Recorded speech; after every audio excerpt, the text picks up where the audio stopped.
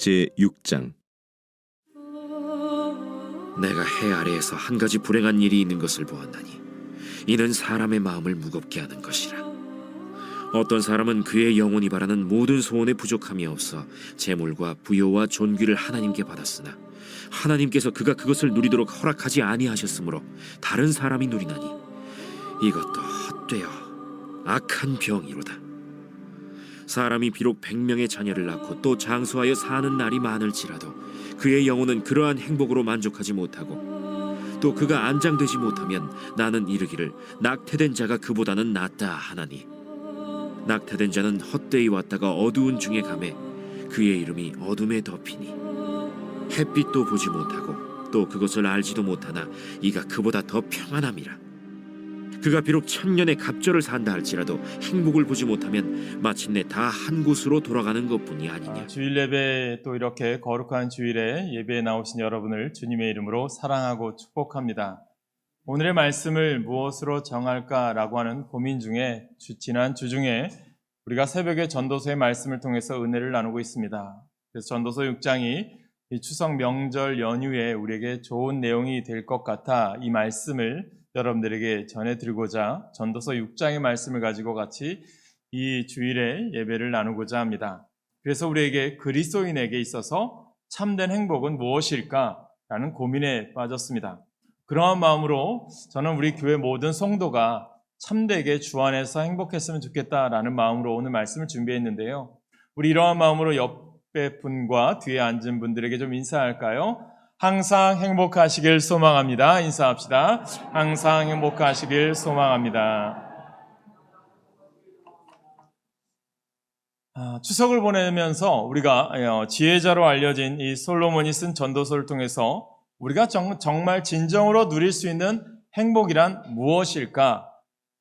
동서고금을 살아가는 모든 인류에게 가장 바라고 원하는 것이 무엇입니까? 라고 물어본다면 사람들은 공히 나는 행복하기 위해 살아갑니다. 행복을 추구합니다. 라고 말할 것입니다. 이런 행복은 어느 곳에서 찾을 수 있을까? 우리 옛 속담에 이런 말이 있죠. 콩 한 쪽도 나누어 먹는다. 이런 내용이 있습니다. 우리 선조들은 나눔으로 얻게 되는 행복을 알고 있었기 때문에 콩 한 쪽도 나누어 먹으려고 했습니다. 특별히 이 추석 명절 계속되는 코로나와 경제적으로 어려운 시기이지만 나눌 수 있음이 참 복이다라고 생각합니다. 많이 가졌다고 나눌 수 있는 것도 아니고요. 또 적게 가졌다고 나누지 못하는 것도 아닙니다. 마음만 있으면 얼마든지 나눌 수 있다라고 생각을 합니다. 예전에 현대경제연구원에서 재미있는 이 설문조사를 했습니다. 우리나라에서 가장 불행한 사람이 누구이고 또한 가장 행복한 사람은 누구냐라고 하는 조사를 했어요. 이 연구팀의 이제 결과를 보니까 20대 이상의 성인 812명을 전화로 설문조사해서 그 답을 발표했습니다. 우선 가장 불행한 사람은 자영업에 종사하는 40대 대졸 이혼남이라고 나왔어요. 그 이유는요, 자영업은 3년을 버티기 힘들고 40대는 자녀 양육비로 허리가 휘기 때문이다라는 것이죠. 다음으로 그럼 가장 행복한 사람은 누구냐? 20대 전문직 미혼 여성이다라고 나왔어요. 그 이유는 일자리 걱정도 없고 자녀 걱정도 없기 때문이라는 것입니다. 이 보도를 보면서 한편으로는 그럴 수도 있겠다라는 생각이 들었어요. 자영업에 종사하는 대졸 이혼남이 겪는 생존에 대한 압박감이란 얼마나 힘들겠습니까? 그리고 또 20대 전문직 미혼 여성은 느끼는 대로 나름대로 행복감이 있을 수도 있겠다라는 생각을 해보았습니다. 그러나 이 조사 결과를 보면서 몇 가지 의문을 품게 되었습니다. 우선 자영업에 종사하는 대졸 이혼남은 다 불행할까? 그런 생각을 해보았습니다. 반대로 20대 전문직 미혼 여성은 다 행복할까? 그런 질문이 생각했어요.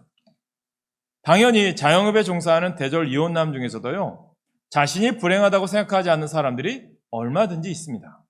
그리고 20대 미혼직 여성 가운데도 자신이 행복하지 않다고 생각하는 사람들도 많이 있다라는 거죠.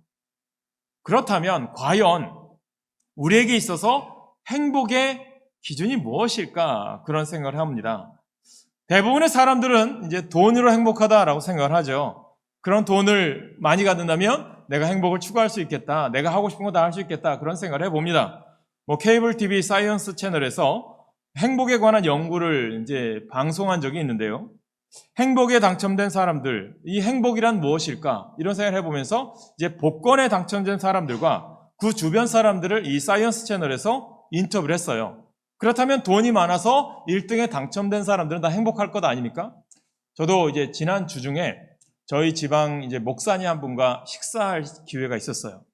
근데 그곳이 이제 시간이 걸리더라고요. 이 인기 있는 식당이라 맛있는 식당이라고 해서 줄을 서서 좀 기다렸어요. 식당 밖에서 기다리는데 식당 옆에 무엇이 있었는지 아십니까? 무엇이 있었게요? 네, 로또 복권점이 있었어요. 그 앞에 현수막이 걸려 있었습니다. 뭐냐면 1등 당첨된 곳이라고 써 있어요. 호기심이 생긴 거예요. 그래서 제가 이 후배 목사님에게 내가 10,000원을 낼 테니까 당신 5,000원, 나 5,000원 해서 반반씩 나눠 갖자 했어요. 그리고 당첨되면 그 돈은 우리가 똑같이 내가 되든 후배 목사가 되든 반반씩 나누자 결정을 했어요. 그리고 나서 이제 식사를 하고 헤어졌죠. 그리고 이제 까맣게 잊고 있었어요. 근데 어제 밤이었어요. 당첨 발표하는 날이. 그런데 밤늦게 한 8시 넘어서 이 친구가 문자가 왔어요. 근데 자기는 당첨이 됐다는 거예요. 그러냐는 거죠. 놀랬죠. 그래서 이제 내 것도 제 것도 이제 한번 꺼내서 이제 번호대로 다 해봤어요. 그랬더니 저는 어떻게 됐게요? 네, 꽝이었어요. 여러분들이 그렇게 믿으니까 꽝 된 거예요. 아유. 이 친구가 당첨이 됐어요. 그냥 궁금하잖아요. 얼마나 됐는지. 얼마 됐게요? 다 하시는 것 같아요. 5,000원 됐대요. 좀 많이 됐으면 제가 좀 달라고 할 텐데 5,000원 돼가지고 제가 또 뭐라고 그랬게요? 다시 사라고 그랬어요. 1등 되도록. 이런 생각을 해보았습니다. 이게 1등 된다고 해서 결코 행복한 것도 아니고 꽝 됐다고 해서 불행한 것도 아니라고 생각합니다. 그래서 한번 이제 추석 전까지 한번 우리가 기대해 보자라는 마음으로 그런 생각을 해보았는데요. 이제 복권에 대한 이야기를 했는데 이제 결국 이 다큐멘터리 프로그램에서의 결론이 이렇습니다. 돈으로 행복을 얻을 수는 없다. 돈이 행복감을 느끼는데 일부 도움을 주기는 해도 불행한 사람을 행복한 사람으로 바꿀 수는 없다라는 것이죠. 그렇습니다. 돈이 우리에게 필요는 하죠. 그래서 돈이 없으면 염려가 되고 때로는 고통을 겪기도 합니다. 그러나 돈이 많다고 행복해지지는 않아요. 때로는 그 많은 돈이 우리에게 또 다른 염려를 가져다 주기 때문입니다. 그런데도 오늘 참 많은 사람들이요, 행복하려고 돈을 쫓아요. 마치 돈이 많으면 행복한 줄 알고 돈으로 행복을 살 수 있는 것처럼 돈을 쫓습니다. 한마디로 말하면 잘못된 행복관이라는 거죠. 그러면 우리 그리스도인들에게 있어서, 우리 믿음의 사람들에게 있어서 정말 행복이 무엇일까? 우리가 정말 추석을 보내면서 저는 여러분들에게 정말 참된 행복을 찾았으면 좋겠어요. 그래서 오늘 이 전도서의 말씀이 우리에게 그런 내용을 얻게 하거든요. 오늘 우리가 읽은 이 전도서의 말씀에도 역시 전도자였던 솔로몬이 행복이 어떤 것인가를 소상히 밝히고 있어요. 여러분, 지혜서라고 알려진 성경이 있어요. 잠언, 그 다음에 전도서, 아가서입니다. 아가는 사랑에 대한 이야기가 많아요. 그래서 젊었을 때 쓴 이 책이 아가서고요. 그리고 잠언은 이제 중년 정도, 이제 거기에서 깨달은 지혜를 이야기한 것이 잠언입니다. 그리고 말년에 이제 죽음이 가까운 것을 바라보면서 내 인생이 이제 끝나가는구나 라고 노년에 쓴 책이 이 전도서입니다. 그래서 그 인생을 살아가다 보니까 자신의 생애를 추구했는데 하나님께서 지혜를 주셔서 부귀 영화와 많은 것을 누렸는데 말년에 보니까 이것이 진정한 행복이 아님을 솔로몬이 깨달은 거예요. 그러면서 우리들에게 알려주고자 쓴 책이 바로 전도서입니다. 그래서 이 솔로몬이 밝히는 행복의 방법은 다른 사람들보다 조금 독특하게 접근을 해요. 오늘이 그 내용인데요. 뭐냐면 우리가 행복하면 행복한 방법, 이렇게 살면 행복합니다, 이렇게 살면 정말 기쁩니다, 이것을 가르쳐준 게 아니라요, 먼저 불행한 것을 이야기해요. 우리 인생에 이렇게 살면 불행합니다. 그래서 이 불행을 제거하면 우리는 행복한 삶을 살 수 있습니다 라고 전한 게 오늘 본문 6장이에요. 그래서 첫째, 행복은 어떤 것이냐? 깨닫는 데서부터 얻습니다. 우리 한번 1절을 다시 한번 읽어볼까요? 1절 같이 읽습니다. 시작. 내가 해 아래에서 한 가지 불행한 일이 있는 것을 보았나니 이는 사람의 마음을 무겁게 하는 것이라. 솔로몬이 하나님께서 주신 지혜로요, 불행한 일을 보았다라고 이야기합니다. 그리고 6절에 보면 이렇게 말을 해요. 마지막 6절에 보면 그가 비록 1000년의 갑절을 산다 할지라도 행복을 보지 못하면 마침내 다한 곳으로 돌아가는 것뿐이 아니냐. 이렇게 이제 결론을 맺죠. 솔로몬이 볼 때요, 1000년의 갑절을 산다고 해도요, 행복을 보지 못하는 사람이 있다라고 하는 거예요. 여러분, 이 1절과 6절 이 두 말씀에서 우리가 확인할 수 있는 것은 행복은 보는 것과 관련이 있다는 점인 거예요. 뭐냐면, 즉 깨달음과 관련이 있다라는 거예요. 여러분, 믿음 생활을 함에 있어서 내가 깨닫지 못하니까 기쁘지 못하고요, 교회를 다녀도 내가 예수가 살아계신지 내가 믿음이 바로 되어 있는 것이 알지 못한다는 거죠. 그래서 여러분들이 말씀과 이 시간에 예배를 통해서 가장 중요하게 말씀드리고 싶은 것은 내가 나에게 있는 것이 무엇인지를 깨닫는 것이 필요하다는 거예요. 그것이 지혜라는 것입니다. 그래서 신명기 33장 29절에 보면 모세가 이스라엘 백성들에게 이런 말을 해요. 같이 읽어볼까요? 신명기 33장 29절 시작. 이스라엘이여 너는 행복한 사람이로다. 여호와의 구원을 너같이 얻은 백성이 누구냐? 아멘. 뭡니까? 모세가 죽기 전에 이스라엘 백성들을 축복하는 내용이 신명입니다. 그러면서 결론적으로 한 말이 뭐예요? 한마디로 이스라엘 백성 너희들이 행복한 사람이야 라고 말씀을 해요. 왜 행복한 사람이냐? 이것을 알려주겠죠. 사실 세상적으로 볼 때요, 이스라엘 백성들이 행복할까요? 모세가 말할 때 상황이 어떤 곳이에요? 부경화가 있었나요? 광야 40년 생활을 해야 됐고요, 출애굽해서 그에게 먹을 것이 없고 아무것도 없는 그런 광야 벌판이었어요. 가진 돈이나 살 집이나 농사 지을 땅도 없었어요. 게다가 가나안 땅에 들어가서 전쟁도 치러야 됩니다. 다 죽을 수도 있어요. 어디를 둘러봐도 행복하다고 할 조건을 따져보니까 아무것도 없네요. 그런데 모세가 이스라엘 백성들 보고 야 너희들 행복한 사람이다 라고 이야기한 이유가 무엇일까요? 무엇일까요? 저는 여러분들이 행복한 사람이라고 생각해요. 저는 여러분들이 기쁨이 있는 사람이라고 생각해요. 누구 때문에요? 하나님 때문이라는 거예요. 우리의 상황이 어렵고 힘들지라도 우리들의 상황이 지금 고환율, 고이자, 고물가에 살아가고 있을지라도 우리가 행복하고 기쁨을 누릴 수 있는 이유가 뭐죠? 내 안에 누가 계세요? 예수 그리스도. 저는 그분이 여러분 가운데 우리 가운데 있게 행복함을 누리시는 우리 모두가 되시길 간절히 축복합니다. 그런 하나님은 어떻게 하셨어요? 애굽의 노예에서도 구원해 내셨고요, 40년 광야 생활에도 함께 지켜주셨어요. 만나와 메추라기, 의복도 헤어지지 않았다라는 거예요. 여러분들 삶도 되돌아보세요. 한가위를 맞이하셨잖아요. 이제 연휴가 아직 끝나지 않았지만 지나온 날을 되돌아보시면 6.25 전쟁과 또한 못 먹을 것, 보릿고개와 또한 여러분들이 얼마나 많은 일들을 하셨습니까? 연세 드신 분들이. 그런 가운데 여러분들이 지금 내가 누리고 있는 것을 보니까 어떤 거예요? 깨달은 거죠. 앞에 있는 거, 부귀영화 높은 것을 바라보는 것이 아니라 내가 지금 있는 것을 보니까 어떻게 해요? 은혜인 거예요. 하나님이 지켜주신 거예요. 그것을 바라보는 자가 복이 있다라는 거예요. 저는 여러분들이 그런 복이 있기를 간절히 축복합니다. 그래서 모세는요, 상황들 육신의 눈으로 본 게 아니라 믿음의 눈을 들어 보니까 하나님이 함께 하셔서 이 백성들을, 후손들을 어디로 인도해요? 가나안 땅으로 인도할 것을 보니까 너희들 행복한 사람이라는 거죠. 천지를 창조하신 전능하신 하나님께서 이스라엘과 함께 하시는 것을 본 거예요. 그래서 이스라엘 백성이야말로 진정 행복한 사람이라는 사실을 깨닫게 된 겁니다.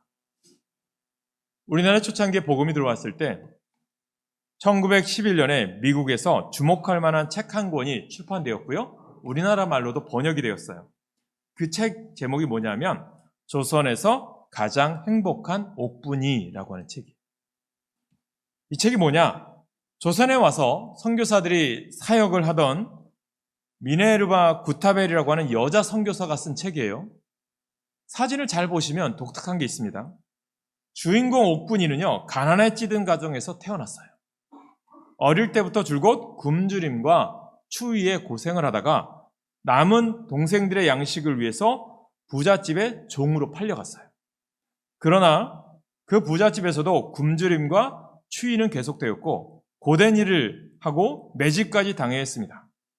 결국 추위에 시달리다가 동상에 걸려서 선교사들이 운영하는 병원으로 오게 되었어요.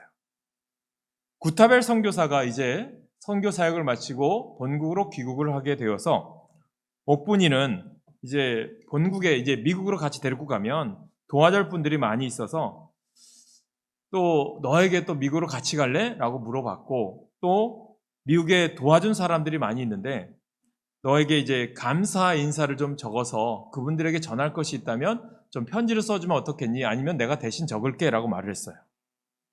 선교사가 옥분이에게 물었어요. 옥분아, 너를 도와준 사람들한테 너를 이제 직접 보지 못했으니까 너를 좀 소개할 텐데 뭐라고 소개할까? 이렇게 선교사님이 물어봤어요. 그랬더니 이 어린 소녀가 세상에서 가장 행복한 소녀 옥분이라고 전해주세요. 라고. 세상에서 가장 행복한 소녀라고? 세상은 너무 크고 내가 가장 행복하지 않을 수도 있잖아. 내 친구들이 그렇게 생각하지 않는다면 어쩌지? 라고 선교사가 물었어요. 그럼 이 옥분이가 이런 말을 해요. 조선에서 가장 행복한 소녀라고 전해주세요. 그게 좋겠어요. 조선에선 오늘 나보다 더 행복한 사람은 없을 거예요. 선교사님, 그러면 너가 왜 행복하고 가장 행복한 이유가 무엇인지 말해줄 수 있겠니? 라고 했어요. 그러면 첫째는 제 모든 고통이 사라졌기 때문입니다. 둘째는 여기 있는 몇 달 동안 매를 한 번도 맞지 않았어요. 셋째는 이곳에 온 후론 배고픈 적이 없어요.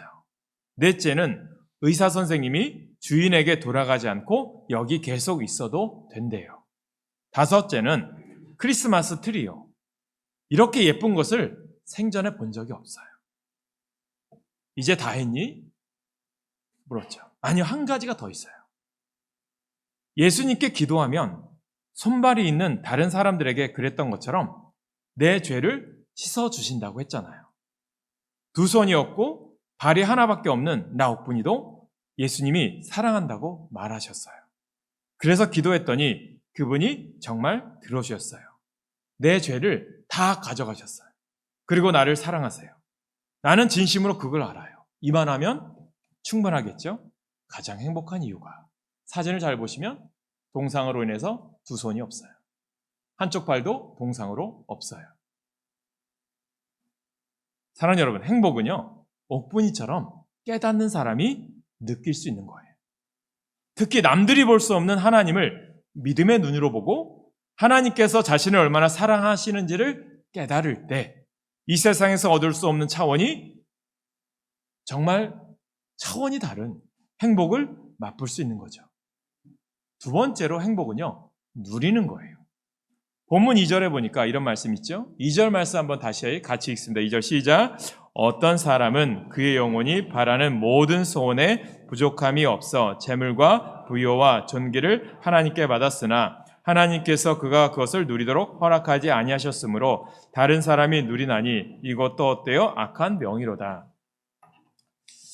여러분, 솔로몬이 볼 때요, 불행한 사람이 한 사람 있다라는 거예요. 이 사람은 평생 죽도록 고생해서 성공도 했고 돈을 많이 모았어요. 그런데 그것을 누려보지도 못하고 죽고 말았다라는 거예요. 그가 죽도록 이루어놓고 모아놓은 것을 엉뚱한 사람들이 누리더라라는 것이죠. 이런 말씀이 신약성경 예수님께서 말씀하셨죠. 누가복음 12장 20절에 이런 말씀이 있어요. 같이 읽습니다. 누가복음 12장 20절 시작. 하나님이 이르시되 어리석은 자여 오늘 밤에 내 영혼을 도로 차르리니 그러면 내 준비한 것이 누구의 것이 되겠느냐 하셨으니 그는 부유함을 가졌어요. 농사를 지어서 곡식을 많이 거두었어요. 얼마나 거두었는지 지금 있는 곡간을 헐고 또다시 곡간을 크게 새롭게 지어야 했어요. 그런데 하나님께서 말씀하십니다. 오늘 밤 너의 영혼을 내가 가져갈 것인데 그러면 이 모든 것이 누구의 것이 되겠느냐? 여러분, 이렇게 부요와 존귀와 재물을 다 가지고 나서도 누리지 못하는 사람이 불행한 사람이라는 거예요. 그런데 우리가 여기서 생각해 보아야 할 것은 왜 누리지 못하느냐? 이것이 어리석은 부자처럼 자신의 부요와 자신이 지금까지 일군 모든 것이 하나님께로부터 온 것이 아니라 뭐죠? 내가 수고하고 내 능력으로 일군 것이라고 착각하는 사람들인 거예요. 즉 하나님 없이 이 모든 것을 다 만들었다라고 말하는 사람들, 하나님은 그런 자들을 어떻게 하죠? 악하다라고 말씀하시는 거예요. 오늘 밤 내가 너의 영혼을 취하면 내가 이루었다라고 말하는 모든 것은 과연 누구의 것이 되겠느냐라는 거죠. 사랑하는 여러분, 오늘 나에게 주어진 것에 만족하며 감사하며 사는 행복을 누리는 삶을 사시길 간절히 축복합니다. 사라센 제국에 압둘라만 3세라는 왕이 있었어요. 이 사람은 역사상 가장 큰 왕국을 무려 49년이나 통치했다고 되어 있어요. 연수입이 오늘날의 돈으로 환산해 보니까 260억 원이 된다고 한대요. 그리고 미인들을 골라 뽑은 후궁만 3,321명이나 됐다고 해요. 자녀가 616명이나 된대요. 그런데 이 사람이 세상 떠나며 한 말이 자기 평생에 행복한 날은 고작 14일이었다라고 말했어요.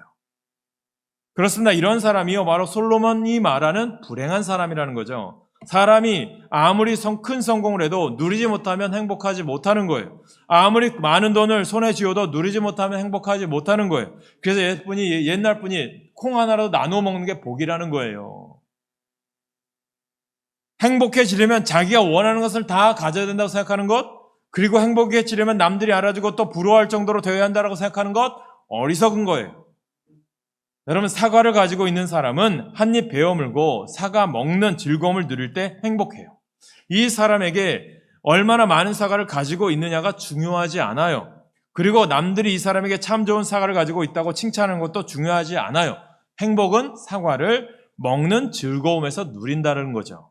사도 바울이 로마서 5장 1절 2절에 이렇게 말씀합니다. 같이 읽습니다. 시작. 그러므로 우리가 믿음으로 의롭다 하심을 받았으니 우리 주 예수 그리스도로 말미암아 하나님과 화평을 누리자. 또한 그로 말미암아 우리가 믿음에 서 있는 이 은혜에 들어감을 얻었으며 하나님의 영광을 바라고 즐거워하느니라. 아멘. 사도 바울은요, 우리가 믿음으로 죄사함을 받고 하나님께 의롭다 여김을 받았게 되었다는 사실을 우리에게 말씀하는 거죠. 그러면서 죄사함 받은 것, 의롭다 하게 받은 것, 누리라고 하는 거죠. 누리라는 거. 이제 두려움 없이 하나님 앞에 나아가 기도하며 하나님과 깊은 영적 교제를 나눌 수 있는 것을 누리라는 거예요. 누리지 못하니까. 여러분, 기도의 소중함, 예배의 소중함, 말씀 있는 것의 소중함을 누려야 되는데 그러지 못하는 게 얼마나 어리석은 인생입니까? 그러므로 행복은요, 하나님께서 주신 축복을 누리는 거예요. 옆분과 인사합시다. 우리 축복을 누리면서 합시다. 인사해 볼까요? 우리 축복을 누리면서 합시다. 나에게 주신 것 축복을 누리면서 하시기 위해서 나누고 베푸셔야 된다는 거예요. 우리가 하나님께서 많은 복을 주셨다는 거 알잖아요. 건강을 주셨으면 건강한 대로 쓰임받는 거고요. 물질의 복 주셨으면 물질대로 쓰임받는 인생 살아야죠. 시간을 주셨으면 시간 주신 것에 대해서 하나님을 위해 쓰셔야죠. 그러나 아는 것에만 그치면 행복하지 못해요. 주신 복을 알 뿐만 아니라 누리시길 간절히 축원합니다. 세 번째 우리에게 주시는 것, 행복은요, 만족하는 거예요. 본문 3절에 보면 이렇게 말씀합니다. 3절 같이 읽습니다. 시작.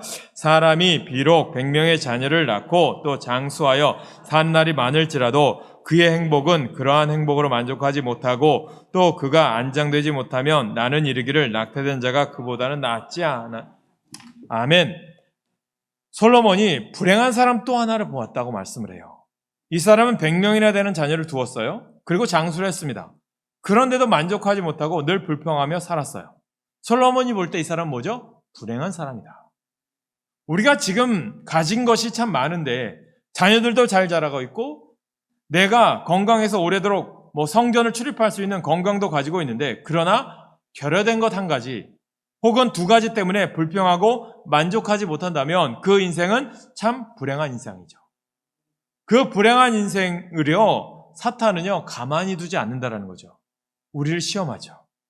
그래서 이 불평과 원망은 결국 하나님을 떠나게 되고 악이 되고 마는 거예요. 사탄은 끊임없이 우리를 유혹하잖아요. 말씀 안에 서야 내가 이길 수 있다라는 거죠. 만족함을 누리라는 거예요. 아담과 하와가 뱀의 유혹을 받아요. 사단을 통해서 뱀의 유혹을 받아요. 누리고 있는 게 너무나도 많은데 하나님께서 한 가지, 너는 이 땅에 만든 나의 창조물이다, 나의 피조물이다 라고 했던 선악과만은 건들지 말아라고 했는데 사탄이 유혹하잖아요. 먹음직도 하고 보암직도 하고 하나님께서 그걸 먹지 말라고 하더냐 라고 하는 것을 유혹을 하잖아요. 그때 그의 눈이 전에는 안 보이던 것들이 보여서 유혹에 넘어가니까 이제는 먹음직도 하고 보암직도 하고 이것을 먹으면 하나님처럼 될 것 같은 그런 욕심이 생겨서 먹음으로 통해서 하나님으로부터 버림받잖아요. 우리 인생은요, 그런 인생이 되지 마시고 나에게 주어진 삶, 시간, 복을 누리며 사시길 간절히 축원합니다. 린다 밀로우라의 만족이라는 책에 이런 이야기가 있어요. 엘라는 아이들과 함께 남편을 따라 52년 동안 아프리카의 가난한 이들에게 복음을 전했어요. 그녀는 친숙했던 모든 것과 고향, 친구들을 떠났어요. 아프리카 시골에 타는 듯한 무더위 속에서 전기, 에어컨, 현대식 편의시설은 그림의 떡에 불과했습니다. 어느 날은 견딜 수 없을 만큼 무더워서 온도계를 실내로 들여와야 했던 적도 있어요. 섭씨 49도를 넘기면 온도계가 고장이 나기 때문입니다. 하지만 그녀는 자신의 생활 여건에 대해 불평한 적이 없었어요.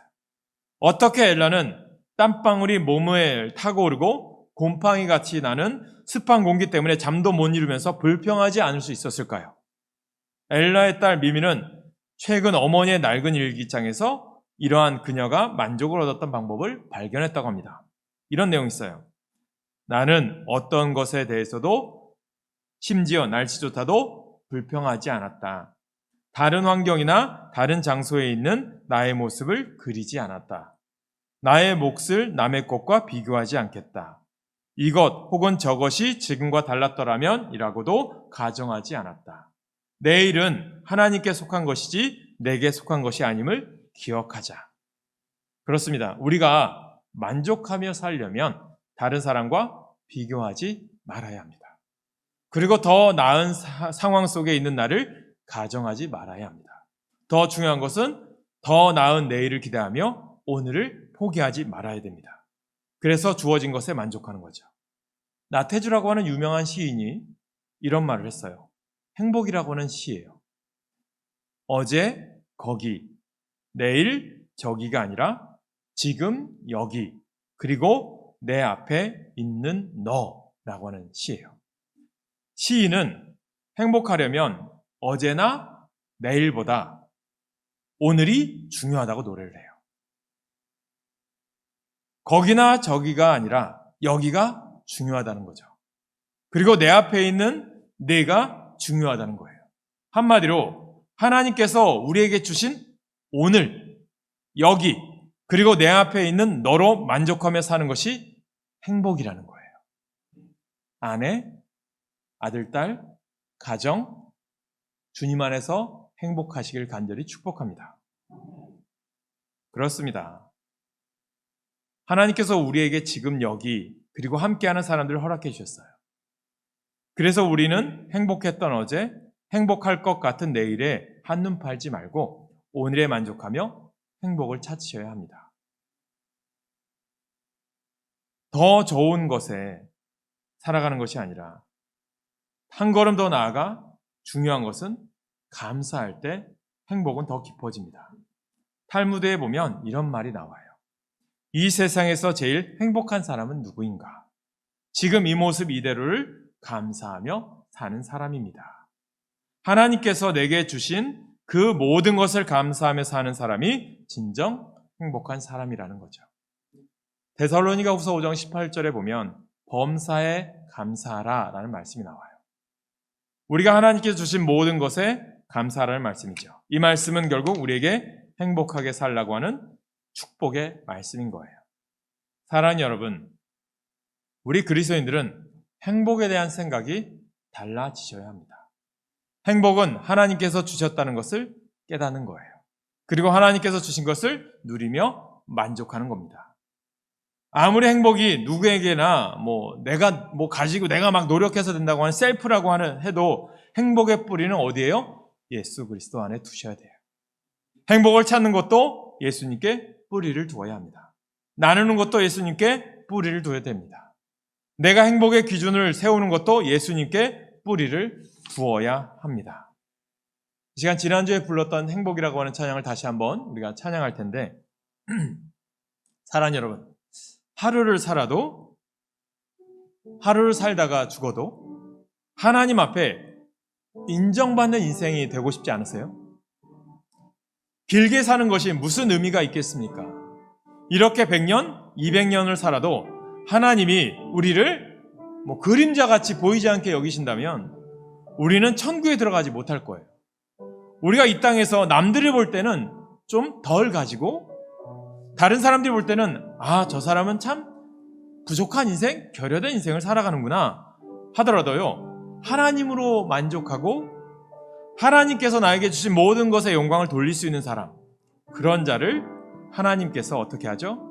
너희는 참으로 행복한 사람이로다 인정하시죠.